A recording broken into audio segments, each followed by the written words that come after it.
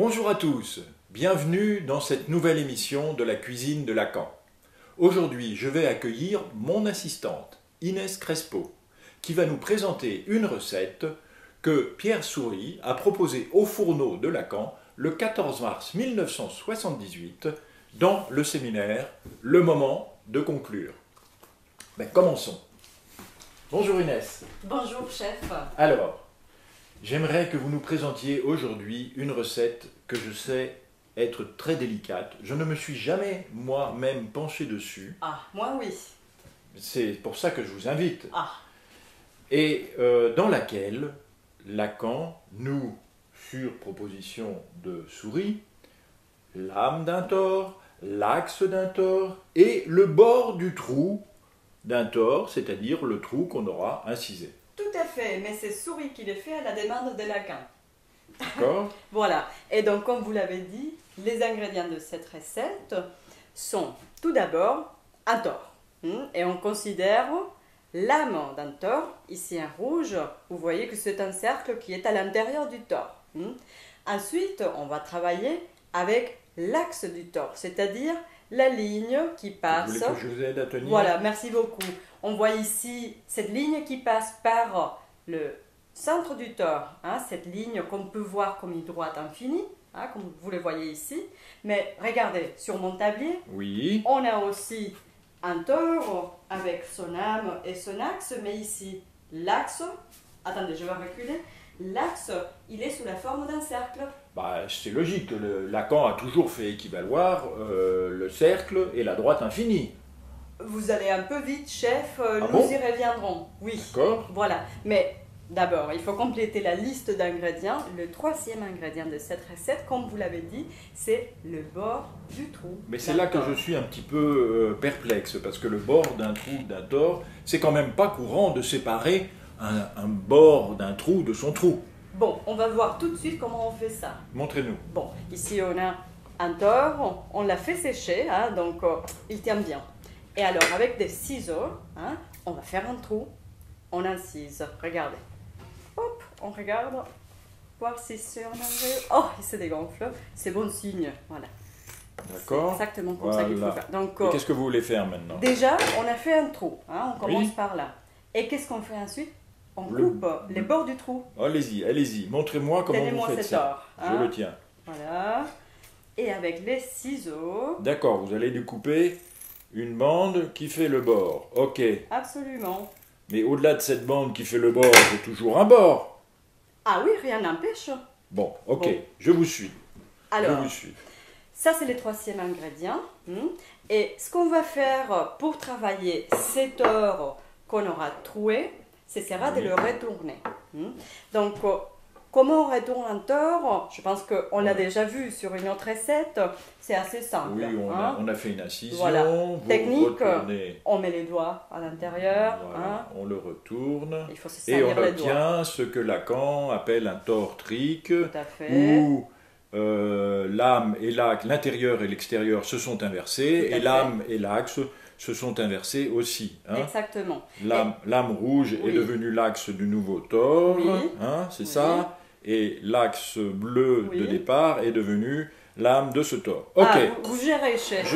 Voilà. vous Jusqu'à êtes là, à l'aise. je suis très bien. Très bien. Mais je crois qu'on verra cette opération un peu plus clairement sur une vidéo que un cuisinier américain a concocté pour nous à notre demande. Il s'appelle Royce Nelson et on va voir son retournement du tore. Regardons-la.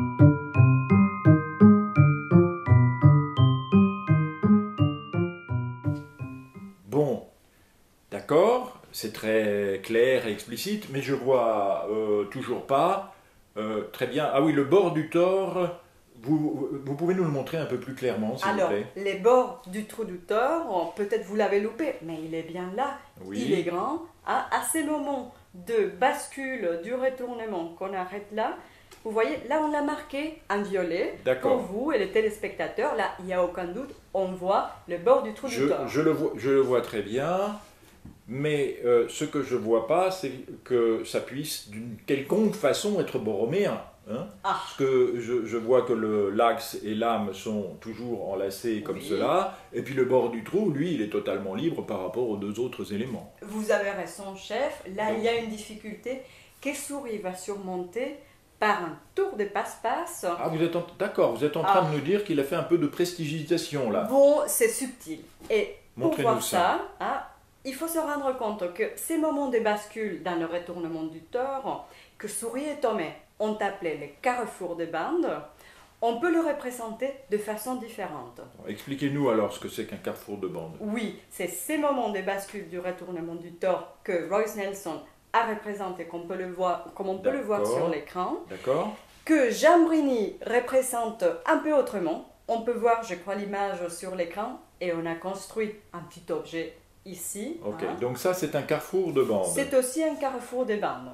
Ça c'est la version Jambrini. C'est ce que vous nous avez exposé dans le studio derrière là, c'est ça? Ah oui, tout à fait, on l'a là, on va y revenir. Okay. Troisième présentation de ces carrefours de bande, c'est la présentation des souris même. On peut voir les dessins qui apparaissent sur votre version du séminaire et dans Chaîne. Et on a construit l'objet, c'est une mise à plat du carrefour de bande. Ben oui, là on voit bien que c'est une mise à plat, oui. Oui. D'accord. Ok. Bon. On a ces choix de présentation. Nous, on va travailler avec la version de Jambrini. D'accord. Bien. Et pour voir ça, on l'a déjà sur notre assiette ici.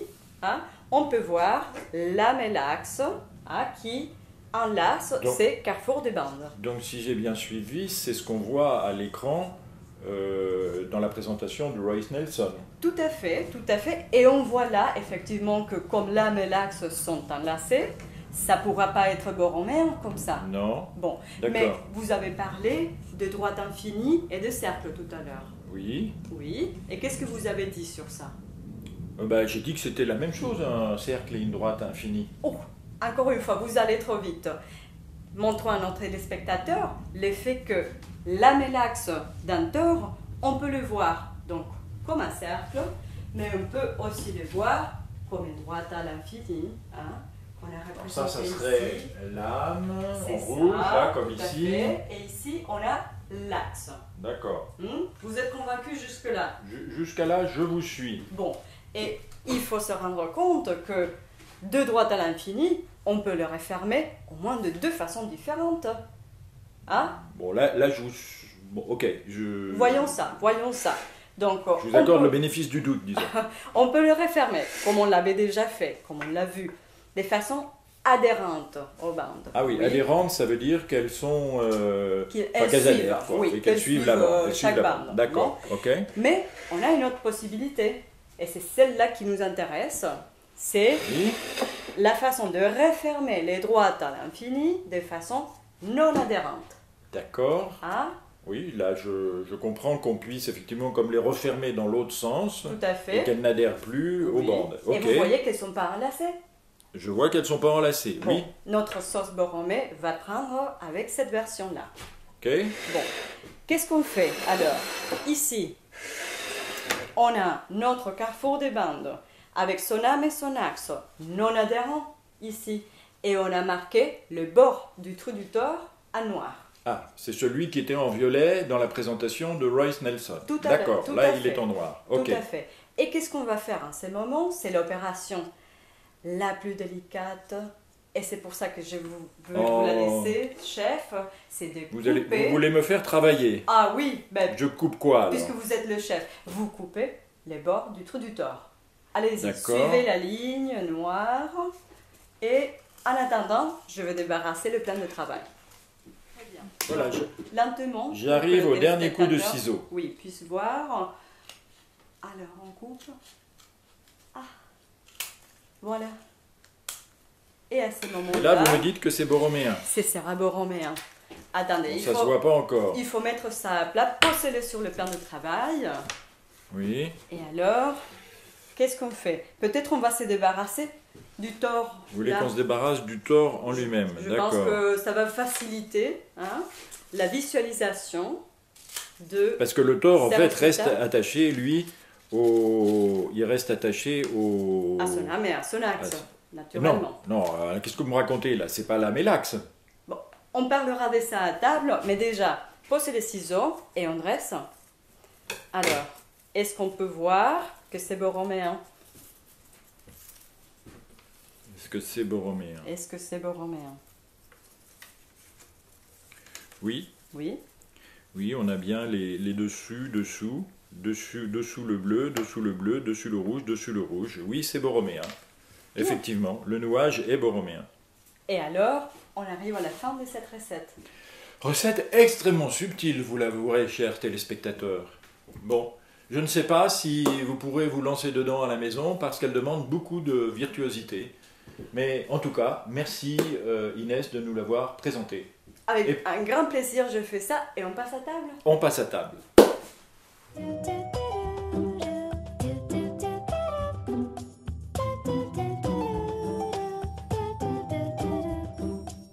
Alors chef, on est à table. On va accompagner ces plats subtils avec un petit champagne rosé. Ah ben, c'est, me paraît tout à fait indiqué pour un plat aussi sophistiqué. Bien. On déguste? Oui, mais oui, on va déguster bien sûr. Mais moi, je suis quand même un petit peu turlupiné par une question. Allez-y. Non, franchement, j'ai toujours pas quelque chose que j'ai toujours pas digéré. Il vaut mieux que je le digère avant. Voyons ça. Voilà, on est bien d'accord. Ça, Oui. c'est le bord du trou découpé dans le tort. Tout à Mais fait. les deux ronds, ces deux ronds non adhérents là, hein, Oui. ce ne sont pas l'âme et l'axe du tort. Ben, vous avez raison, chef. On ne peut plus les appeler âme et axe. Donc du le cœur. titre de notre recette, d'une certaine façon, ne tient pas. Bon, disons, Souris, dans cette recette, il a fait un petit forçage.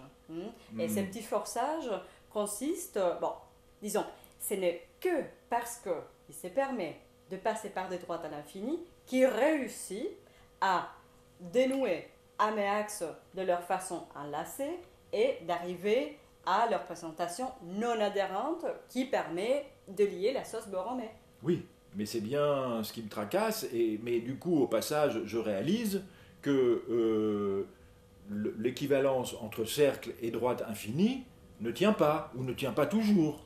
Oh, mais vous savez, chef, Lacan lui-même a repéré ça. Ah bon? J'ai Ah oui, jamais oui. vu ça, moi, dans Lacan. C'est mineur les symptômes. Ah d'accord. Et en plus, Claude Mercier a étudié cela en détail dans son petit livre Un année claire que je vous offre. Merci beaucoup, mais je vais le lire sans tarder. Tenez. Bon, mais c'est en fait, si on veut que de droite à l'infini puisse faire une sauce borromée, on le répète, il ne faut pas que quand elle se noue, qu'elle fasse chaîne. Il Non, faut on est éviter d'accord. ça, à tout Oui, prix. oui. Hein? Et donc, les prix qu'on a payés ici, c'est effectivement d'arriver à une jolie présentation borroméenne, mais où les deux cercles, on ne peut plus les appeler améax. Mais d'accord, mais alors, il y a une question qui demeure pour moi. C'est pourquoi Souris se laisse aller à un tel forçage, alors même que Lacan avait dit qu'ils avaient la prudence, Souris et Thomé, de ne pas s'adonner à cette équivalence entre cercle et droite infinie. Je me souviens très bien de ça. Chef, vous avez raison. En fait, Thomé, bon, il faut dire que cette recette, c'est d'abord Thomé qui l'a concoctée, qui l'a refilé à Souris. D'accord. Et Souris l'amène au séminaire de Lacan. Ok. Bon. Pourquoi Thomé s'adonne à cette imprudence? Thomé voulait remettre les borroméens dans le pâte de Lacan. Là où il considérait qu'avec ses histoires de tort, il s'égarait. Ça, c'est Thomé. Ouais, ouais. Souris, quelles étaient ses raisons? Bon, il était tellement absorbé par les recherches de Lacan, C'est vrai, c'est vrai. au point de ne jamais les contredire. C'est vrai aussi, on l'a vu, oui. Et on peut faire l'hypothèse au point de s'adonner à un tel forçage pour donner à Lacan encore une recette pour lier le tort et les borroméens.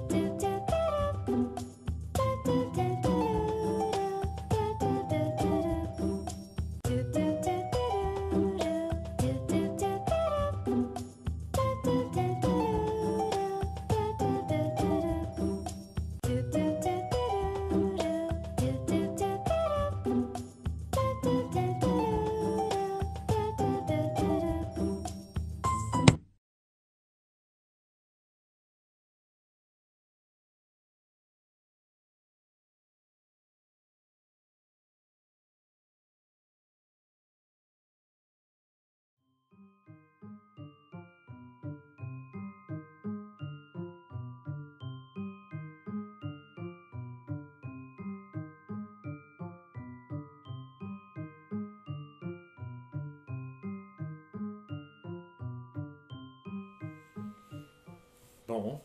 On trinque quand même? Allez, on trinque. Santé. Santé.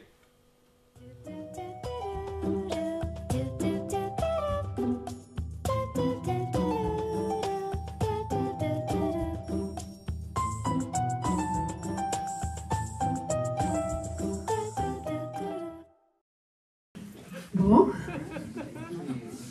on y va? On y va quoi? Bon, je ne sais Ah, pas si vous c'est avez pas envie envie.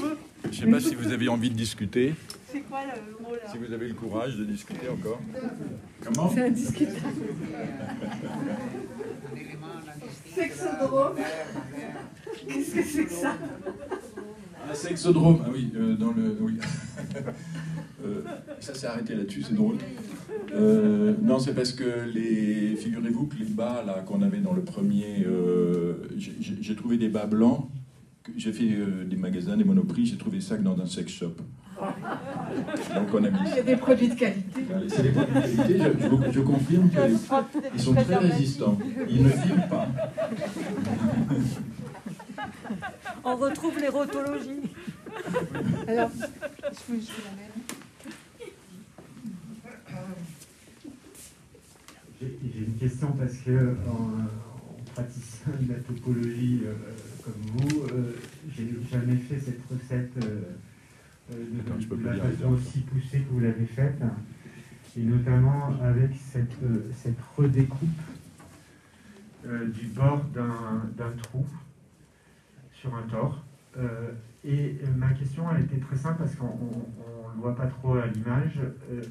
La bande que vous obtenez, qui finalement s'assimile elle-même à une sorte de tore dans le nouage borroméen final, est-ce qu'elle a des torsions? Est-ce qu'elle est unilatère ou bilatère? C'était le son. Je l'ai là, si vous voulez. Est-ce qu'elle est unilatère? Je vois pas pourquoi elle serait bilatère. Non, je vois pas pourquoi elle deviendrait unilatère. Ça, c'est la découpe qu'on a obtenue. C'est un peu difficile. Est-ce on peut regarder si elle est unilatère ou bilatère? Là, pour l'instant. Non, elle est bilatère. Elle est bilatère. Oui, oui. Elle n'a pas de torsion en fait. Hein. Les torsions, regardez, ça ressort comme un carré en fait. C'est des angles, ouais. C'est les angles qu'on n'a pas pu éviter d'avoir au moment où on aurait pu faire un tore un peu arrondi, mais enfin, après c'est un objet un peu plus compliqué à réaliser. On ne sait pas si elle est unilatère. Si? Maintenant, s'il y a des angles. Elle est bilatère. Comment ça? Je peux la mettre à plat là? Mais les angles, il va falloir que tu prennes un parti. Je ne les vois pas bien vu d'ici. Mais viens. Ah, pardon. Pose-les, mets-la à plat. Ah oui, d'accord. D'accord. Elle est unilatère. Unilatère. Elle est bilatère. Elle est plate. Elle est Complètement bilatère. plate, elle a deux côtés. Elle est bilatère. Et qu'est-ce que ça change qu'elle soit unilatère ou bilatère? Je voulais savoir ce que ça pouvait donner, cette découpe du bord d'un tore. On l'entend pas. Effectivement, on s'aperçoit qu'il y a quelque chose de la distinction, l'interchangeabilité, le côté meubien de cette affaire-là, dans le nœud borroméen, le côté meubien, on l'obtient par l'interchangeabilité des ronds entre eux. Si on tire, comme l'expérience que vous venez de faire, dégage quand même la place d'un rond à une place un peu particulière, qui est celle du rond intermédiaire en oreille, enfin en rond replié, qui permet de faire switcher dans le jeu d'équivalence du borroméen tous les ronds les uns avec les autres. C'est-à-dire qu'on peut mettre à la place intermédiaire n'importe quel rond. Et Et donc, oui, d'accord, oui. La présentation remplie. Dans la surface, on peut mettre n'importe quel nom, on ne d'accord. trouve pas cette propriété dans la surface que vous découpez. Si, on peut la présenter. Si, non, mais je veux dire, on ne la retrouve pas dans la surface elle-même par le jeu des torsions. La surface reste bilatère, il y a quelque chose de la structure meubienne qui n'apparaît pas dans ce jeu de découpage, qui relève d'autre chose dans l'ouvrage. D'accord. Bon, la raison pour laquelle, enfin, une des raisons, c'est-à-dire que quand on a commencé comme ça, on s'est dit, qu'est-ce qu'on présente, puisque la relation Souris-Lacan, ça s'ancre sur ces affaires de topologie. Donc on s'est dit, qu'est-ce qu'on va présenter, le borroméen généralisé, ça ne nous apparaissait pas très intéressant. Donc on a choisi de présenter ça. Donc on s'est plongé là-dedans. Et moi, je dois avouer que, enfin, tous les deux, à un moment, on se dit, mais alors là, on voit 76, la première recette, là, on voit, Souris amène ça à Lacan. On se dit, d'ailleurs, on est un peu étonné que finalement Lacan n'ait pas trouvé tout seul cette façon de retourner le tort sur le faux trou. Et puis après, il y a ce forçage de Souris, enfin de Souris, de Thomé, de Souris, enfin ce forçage qui bon, on livre des hypothèses qui valent ce qu'elles valent, mais pourquoi ce forçage? Pourquoi absolument fournir du borroméen à Lacan avec ce tort? Bon, on a ces deux. Et puis cette question, pourquoi Lacan, question que je posais hier matin, pourquoi Lacan et pourquoi si tôt? Alors ça c'est encore plus difficile. Pourquoi il veut absolument nouer le tort et le borroméen, quoi? Parce que j'ai une citation là qui est. Merde, du coup je l'ai mise. Je sais plus. C'est là, là? Non. Bon, ouais. Voilà, c'est une citation où Lacan dit.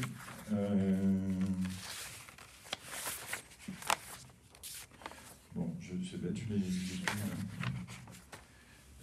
Il dit que oui, pourquoi, alors il commence par dire pourquoi je me suis laissé à imaginer que les ronds étaient composés de tore. Hein, il dit, mais en 77, donc pourquoi je me suis laissé aller à ça? Et c'est vrai, pourquoi?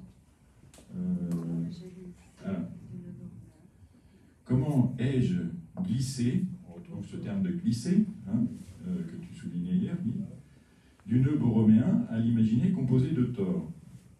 Et de là, à la pensée de retourner chacun de ces tores, parce qu'effectivement, on peut retourner chacun de ces tores sur les autres. On peut avoir le symbolique qui se retourne sur le réel et l'imaginaire, ou chacun des trois tores peut se retourner sur les autres. Comment l'imaginer donc? Et de là, à la pensée de retourner chacun de ces tores, c'est ce qui m'a conduit à des choses qui font métaphore. Donc, on se retrouve avec ce terme voilà, comme si c'était une sorte d'erreur d'avoir glissé dans la métaphore. Effectivement, on comprend bien, on a discuté du statut de l'écriture du nœud, il y a eu des interventions dans ce sens, Lève a soutenu, c'est intéressant d'ailleurs, que c'est un template, Mercier soutient que c'est un diagramme, Jean Alouche a soutenu dans un article il y a 10 ans que le tore était une écriture parce qu'on pouvait translittérer un tore à 4 en une formule littérale. Donc on a plein de choses qui vont du côté de l'écriture. Et Lacan, dans le séminaire, il est du côté de... Enfin, plusieurs fois il parle d'écriture à propos des dessus-dessous, des nœuds, etc. Alors pourquoi juste pour dire écriture au sens formel. Oui, vas-y, dis. Enfin, et puis au sens où c'est avec l'écriture qu'on peut, alors ces formules, attraper le réel, appréhender le réel, présentifier le réel, témoigner du réel, etc. On a toutes ces formules.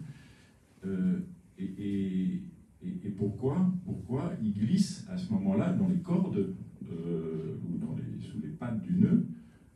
pourquoi il vient glisser quelque chose qui est plus d'une appréhension imaginaire. C'est pour ça qu'on a souligné l'appréhension imaginaire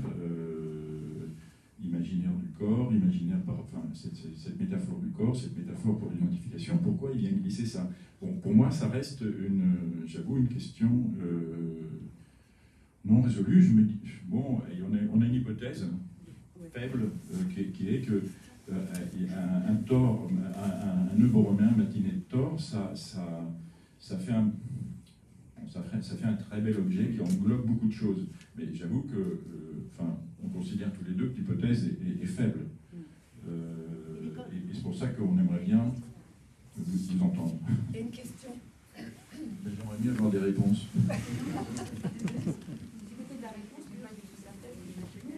Et c'est aussi un objet réel.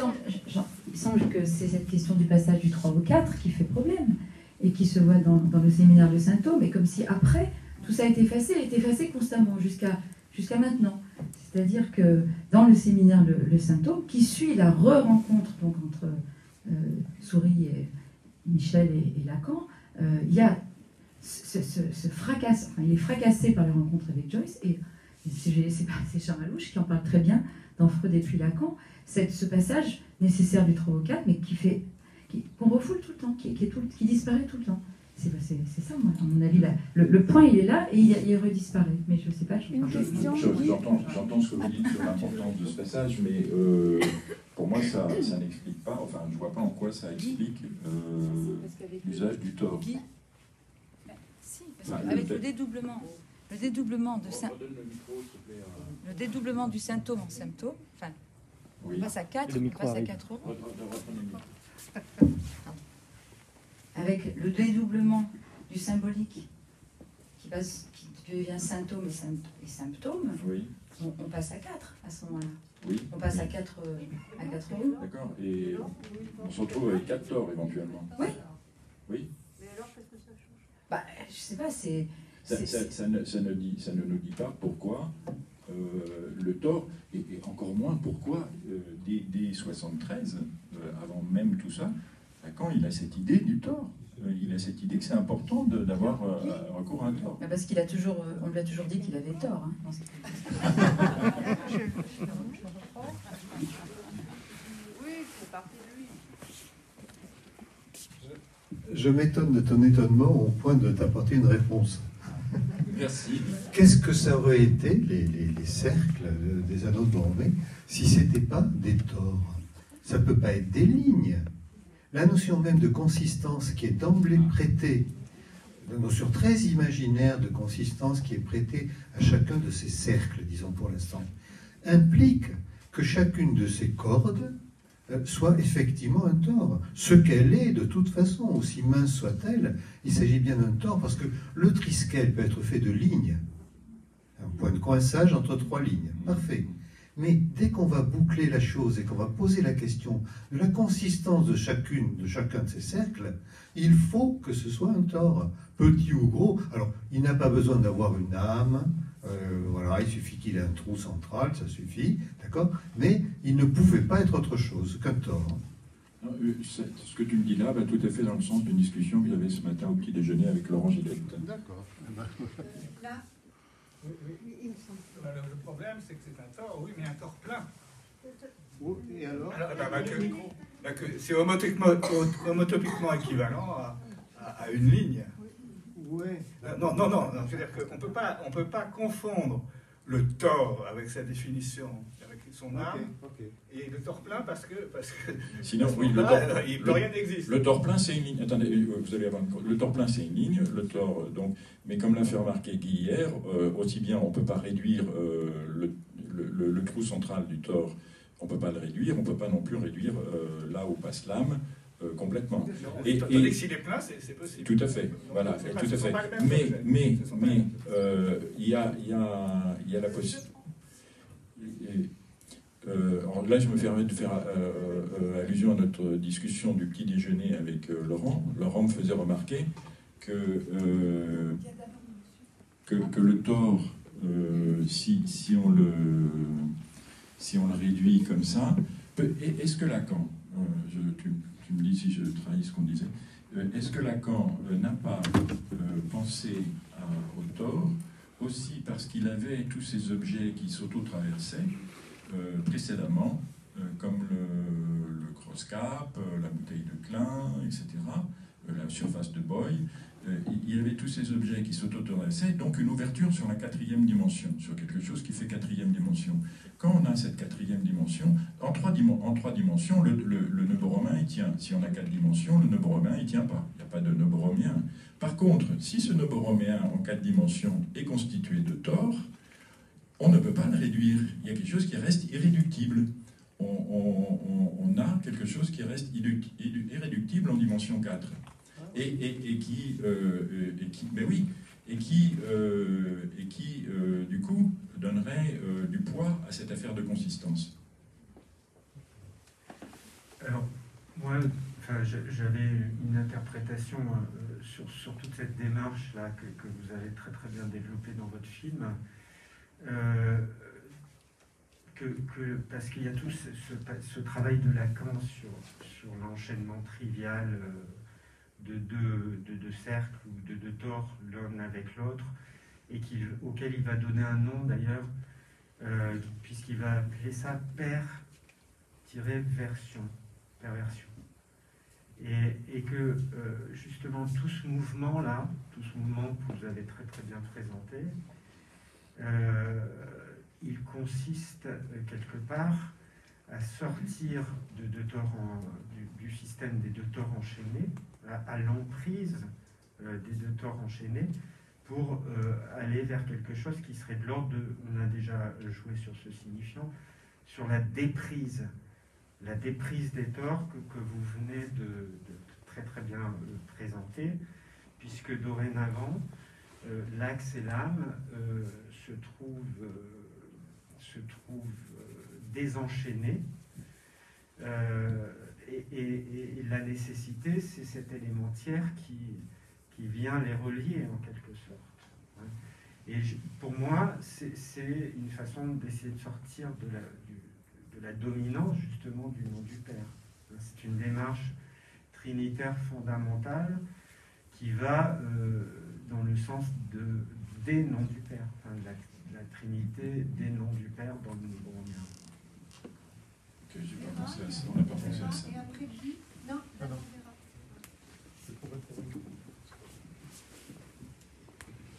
Je tente une hypothèse. Il n'y a pas que Lacan qui passe aux surfaces, il y a des tas de mathématiciens à la même époque qui passent par les surfaces.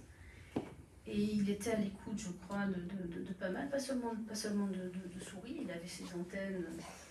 Et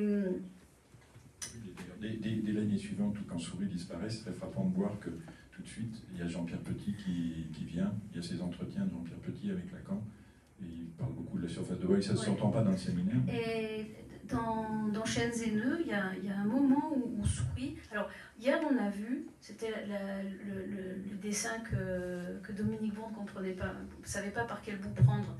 C'est des dessins de mise en continuité de nœuds. Il essaye de mettre les nœuds à la queue leu, et donc il fait des dédoublements de brins comme ça. Et les mises en continuité, il écrit quelque part que ça correspond à des coupures sur des surfaces. C'est-à-dire on peut faire la même chose sous forme de coupures sur des surfaces. Sauf que, il dit, oui, moi la surface, ça ne m'intéresse pas tellement. Voilà. Ah oui. Guy ?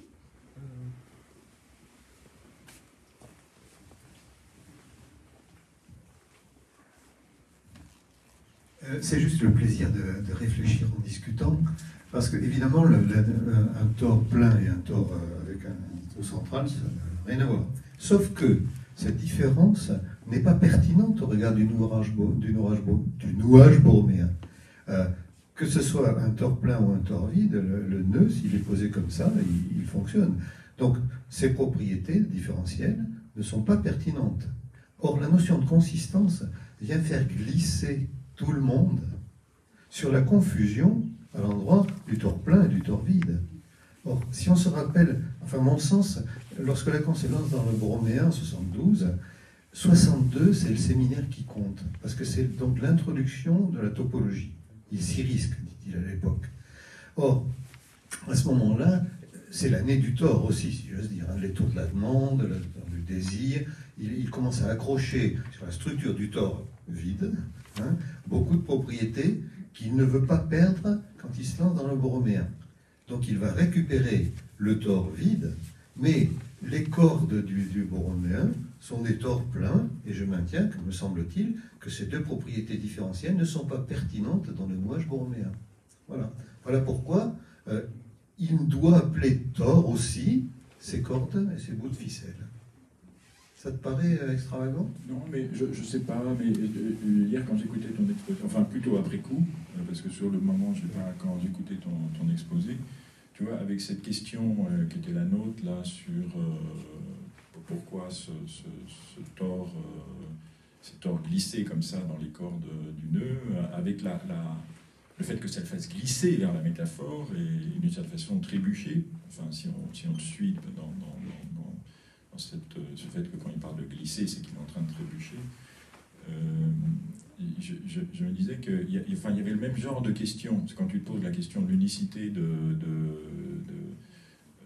nœud, je ne sais pas comment le dire, je le dis mal, mais pour moi, il y a peut-être le même genre de question, si tu veux, autour de pourquoi est-ce qu'il a besoin de l'unicité du nœud, et il la laisse tomber un moment, pourquoi il a tant besoin de ramener le tort dans cette histoire. Bon, je réponds à côté, je dévie par rapport à ce que tu dis. Tu sembles me répondre, je ne sais pas si tu me réponds complètement. Sûrement pas. Peut-être pour y aller dans votre sens, je dirais qui tout simplement c'est pour venir donner corps à la structure, parce qu'après il lui dit que cela lui permet de faire un certain nombre de métaphores cliniques. C'est-à-dire qu'effectivement ça donne une certaine épaisseur, une étoffe, je veux dire, au squelette, je veux dire, à la sculpture. Là, je suis pas convaincu. Je suis pas convaincu. J'étais pas convaincu dans votre intervention d'hier non plus. Convaincu de quoi? Non, mais non, je suis très exposé, mais si vous voulez, je ne crois pas que Lacan, là, il cherchait à donner corps à quelque chose qui peut donner lieu à une lecture en termes de structure, où finalement, même si c'était pas, vous étiez très prudente là-dessus, même où ça peut aller du côté de la psychopathologie quand même. C'est-à-dire si on a un nœud de trèfle, on dit bon ben ça on a chez un tel, ou de tel moment de l'analyse, ben voilà on a telle structure, et puis à un tel autre moment on aurait telle structure.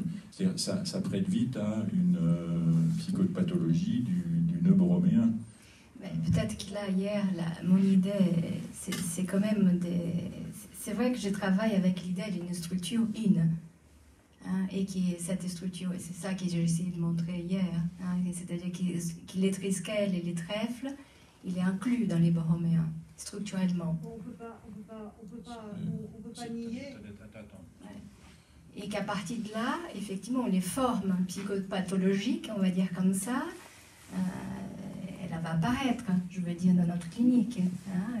On ne peut pas nier qu'il y a des moments où il y a une paranoïa qui se met en surface, hein, ou que les droites s'ouvrent et qu'on ne sait pas vers où ça va les sujets. L'usage du borroméen, c'est un usage, en tout cas pour nous psychanalystes, l'usage qu'on peut faire, c'est un usage clinique. Je ne vois pas en quoi ça peut nous servir un usage mathématique de la topologie. Il me semble. Jean Alouche qui a demandé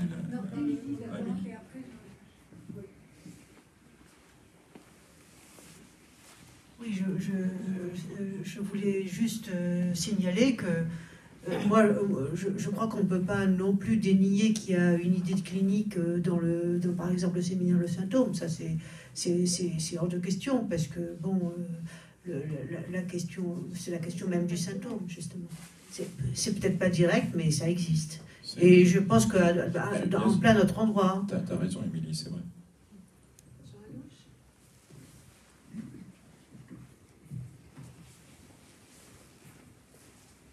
Bon, puisqu'on revient là à l'instant sur l'exposé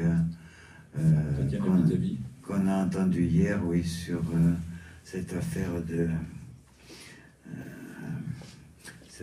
de développement à partir du Triskel, ensuite en passant par le nœud de trèfle jusqu'au Borroméen. Je vais dire comment j'ai reçu cet exposé.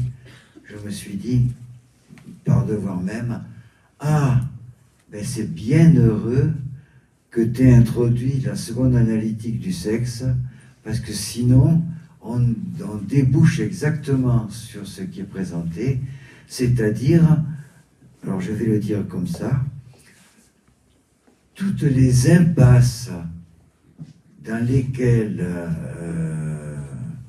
nous a plongé cette affaire de Lacan disant c'est ma seule invention, l'objet petit a. Alors je vais vous donner un ou deux exemples. Par exemple, la pensée de Lacan sur la peinture. Vous savez que c'est l'anamorphose qui a été le critère déterminant. Alors que Lacan était quand même un peu averti que depuis Holbein, il s'était passé un certain nombre de choses en peinture. Toute la peinture moderne développe la question de l'objet, et Vasarely va jusqu'à dire que peindre l'objet, c'est un obstacle à la peinture. Mais je dirais aussi de cette façon-là que insister, mettre en avant, promouvoir l'objet petit a, c'est un obstacle aujourd'hui à la psychanalyse. Donc voilà un exemple sur la peinture. On peut prendre l'exemple de la jeune homosexuelle qui, où Lacan ne voit pas qu'il ne s'agit pas forcément du passage à l'acte, en focalisant, en remodelant son interprétation du soi-disant passage à l'acte, en insistant sur le regard du père, c'est-à-dire sur ce qui ne s'appelle pas encore, à ce moment-là, objet petit a. Voilà, il y a d'autres situations comme ça, où il apparaît très clairement que l'objet petit a est un bouche-trou qui empêche de penser un certain nombre de choses. Voilà. Et notamment, ce qui est laissé de côté, parce que d'ailleurs, regardez, on en a entendu très peu parler, ni aussi bien hier qu'aujourd'hui, sur l'inexistence du rapport sexuel. Oui, Guy en a quand même parlé. Oui.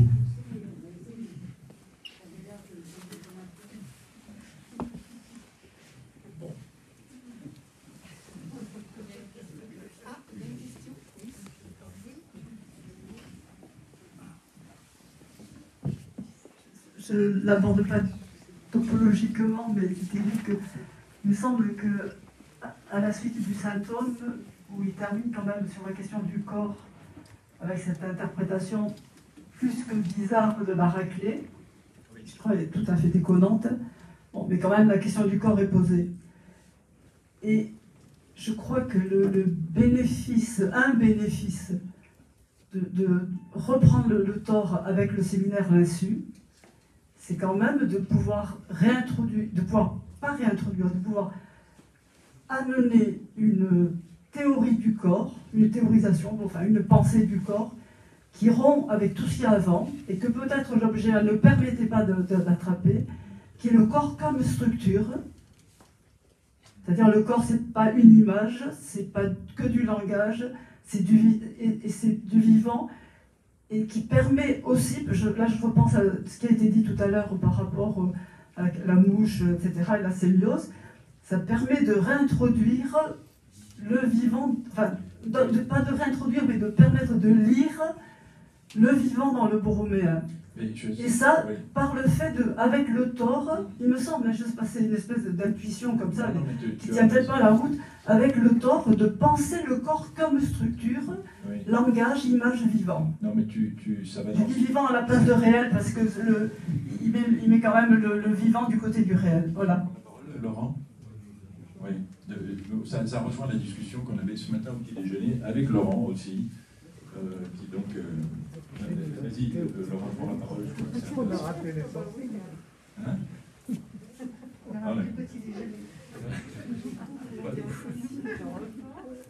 Ouais, moi j'ai eu l'impression quand même que chacun à leur manière, ce que l'EF et le Goffet ont produit hier nous éloigne, nous invite à prendre un autre départ vis-à-vis de cette question du borroméen chez Lacan. J'étais très sensible à que Jean Alouche dise bouche-trou pour l'objet A. Parce que s'il y a bien quelque chose dans le borroméen qui a fait commandement pour les lacaniens, c'est le nœud borroméen complet avec l'objet A en son centre. Et qu'il faut sans arrêt essayer d'expliquer cliniquement comment tout ça est justifié, est génial. On est complètement bouffé par ça. Bon. Et à rebours de ça, donc je trouvais, le Goffet nous parle du moment de janvier 79, où moi j'ai eu l'impression d'entendre, ça m'a fait un choc, que j'ai entendu comme ça, c'est peut-être une connerie, hein, que Lacan disait, jusqu'à aujourd'hui, j'ai vécu dans la conjonction de deux problèmes, que mon RSI était devenu, avec le borroméen, une ternarité borroméenne, que ça c'était inévitable, donc c'est l'orage, c'est à partir de là, il faut tout repenser, reprendre, ce qu'il fait, on le voit pendant des années, mais qu'il y avait une conjonction de ça, avec justement un point qui l'a beaucoup amené, je pense, à développer la question du vivant dans le nœud borroméen, et donc à insister sur le tort, il me semble, qui est de dire c'est le même problème, c'est la même chose que, alors, avant l'inexistence du rapport sexuel, et pendant cette période borroméenne, c'est le non-rapport. Finalement, le nœud borroméen écrit aussi bien le non-rapport qu'il écrit les relations entre les RSI, le package constitué par les trois registres. Et bon, moi j'ai entendu ça comme ça, mais donc ça, je me trompe peut-être, ça m'a fait cet effet de me dire, Lacan dit, eh ben, désormais je redisjoins les deux trucs. Et le rapport sexuel, eh bien, il n'y a pas plus à en dire finalement que quelques années avant, il n'y a pas de rapport sexuel, et donc ce jour-là, il réénonce ça. Et la question du ternaire borroméen RSI, eh bien, elle est un peu reposée, quoi. Elle est un peu relancée, c'est-à-dire que moi je me disais même, et il faudrait relire, alors du coup, les années 70, là, en se demandant qu'est-ce que cette fiction de la conjonction du non-rapport et du ternaire RSI a amené Lacan à dire, quoi, et qu'il faudrait revisiter tout ça. Enfin, alors, voilà ce que ça m'évoquait. Alors, Yann rebondit sur le vivant parce qu'il me semblait que vraiment cette sorte, alors bon, moi je disais ce matin mirage, dans lequel il y a rage aussi. Peut-être ça a fait chez Lacan cette accentuation aussi du tort, et sans arrêt en reprendre, alors faire des opérations dessus, les surfaces, ouais, voilà, j'ai entendu ça comme ça. Juste un mot, ce que tu faisais remarquer au passage, et ça rejoint ce que disait Anita Ardit, c'est que tu me faisais remarquer que Lacan, sur la mise à plat du nœud, quand il inscrivait dans les plages, etc., c'était pas des affaires de signifiants, c'était toujours des affaires de corps, des affaires de jouissance. Hein, donc il y a quelque chose là. Oui.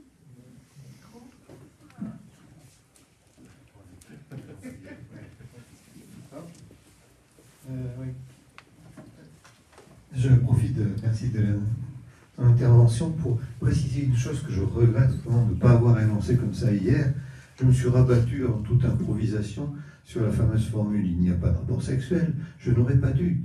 La formule que je jamais employée, c'est « il n'y a pas de rapport sexuel qui puisse s'écrire ». Parce que ça met un sérieux bémol. Si on prend « il n'y a pas de rapport sexuel », c'est un énoncé de sciences naturelles. Comme je le disais à l'instant, il y a des coléoptères, il n'y a pas de rapport sexuel chez les humains. Ça ne va pas. Donc, le rapport est entendu au sens mathématique. Je l'ai assez souligné, mais enfin, le sens mathématique disparaît dans les traductions et peu entendu dans l'usage commun de cette formule. Hein. Et donc ça donnait, il n'y a pas de rapport sexuel qui puisse écrire, et le complément qui pourrait apparaître après, c'est il y a du non-rapport sexuel qui peut s'écrire. C'est le borroméen. Donc là, je pense que l'hypothèse que je fais sur ces années 72-80 tient, si on y rajoute cette dimension d'écriture qui vient des exigences logiques. Tu l'as pas dit, mais on l'avait quand même entendu. Ah bon, vous êtes fortiche, c'est bien. Oui, je voudrais juste rappeler une phrase de Lacan qui, pour moi, éclaire ce qu'on est en train de discuter. Il me semble que l'absence... Ah non, il faut que je trouve la formule exacte. Le non-rapport, sa formule chez Lacan, c'est, là je cite, le manque du désir de rapport sexuel. Voilà, là, on est dans une érotique. Et donc le non-rapport, et pas l'inexistence du rapport, le non-rapport, à mon avis, il est là. Il y a subjectivement, érotiquement, non-rapport quand il y a, là je recite, absence, tous les mots sont importants, absence du désir de rapport sexuel. Est-ce que vous arrivez à concevoir ce que cela indique? C'est pas le désir de l'absence de rapport sexuel, c'est l'absence du désir de rapport sexuel. Pour moi, c'est exactement ça le point d'aboutissement d'une analyse. Oui, je l'avais bien entendu ça, mais ça me reste très mystérieux quand même. Je dois dire que moi aussi, parce que le désir de rapport sexuel est une chose qui m'échappe. Je vous l'avoue. Je glisse à vous l'avouer. Non, mais c'est vrai que ça reste... Tout le monde a dans la tête le rapport sexuel au sens de... Si je l'ai montré... Je l'ai montré au niveau, en montrant que le christianisme était un fervent partisan du rapport sexuel. Si vous croyez au couple, vous êtes un fervent partisan du rapport sexuel, etc., etc., etc.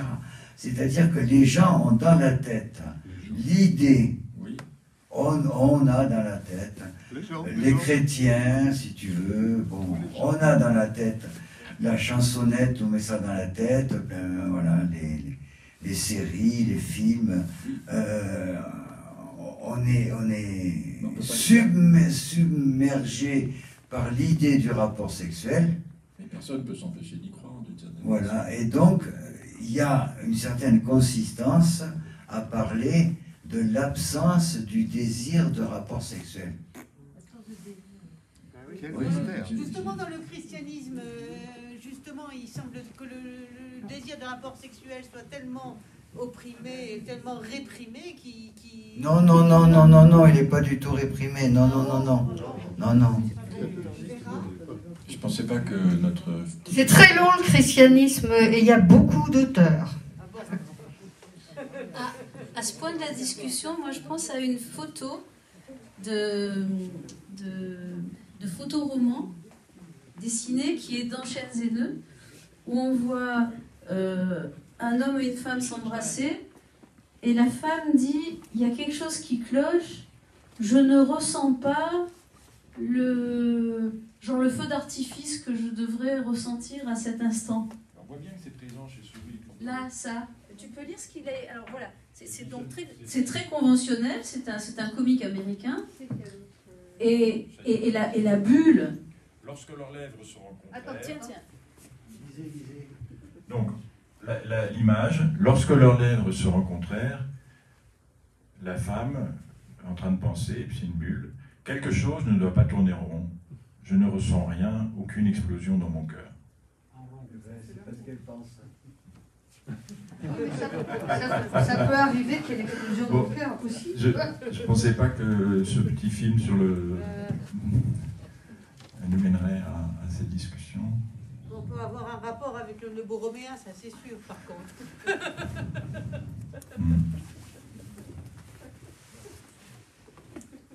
On s'arrête là? On va manger. Bon, oui, il y a un truc qui m'est apparu quand même ce matin. Alors, j'imagine que vous, ça vous a pas depuis longtemps. C'est que quand on dit petit A, et appétit, je me suis dit, mais merde, avec cette métaphore cuisinaire.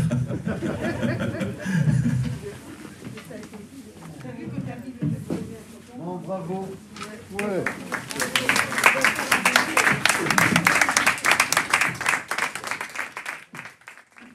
Michel, merci beaucoup.